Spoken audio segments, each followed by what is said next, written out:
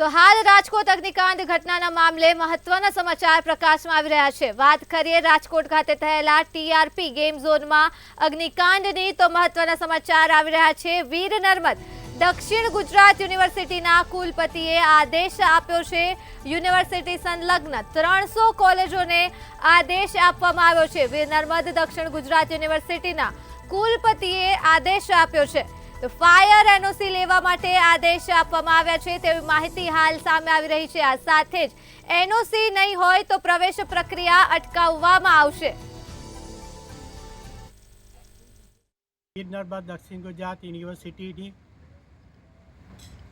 300 જેટલી સંલગ્ન કોલેજોને ફાયર સેફ્ટીની એનઓસીની માહિતી આપવા અંગેની જાણ કરી દેવામાં આવી છે અને સાથે સાથે રાજકોટ અગ્નિકાંડમાં જે મૃતકો છે તેને વીર નર્મદ દક્ષિણ ગુજરાત યુનિવર્સિટી વતી શ્રદ્ધાંજલિ બી આપીએ છીએ અને આ માહિતીના આધારે જે કોલેજો પાસેથી એનઓસી ન હશે તે કોલેજોને પ્રવેશ કાર્યવાહીથી દૂર રાખવામાં આવશે અને તે કોલેજોની બેઠકોને જે કોલેજો પાસે એનઓસી છે તે કોલેજોને વધારાની બેઠકો ફાળવીને પ્રવેશ કાર્યવાહી કરવામાં આવશે માટે વિદ્યાર્થીઓને કોઈપણ પ્રકારનું નુકસાન જશે નહીં।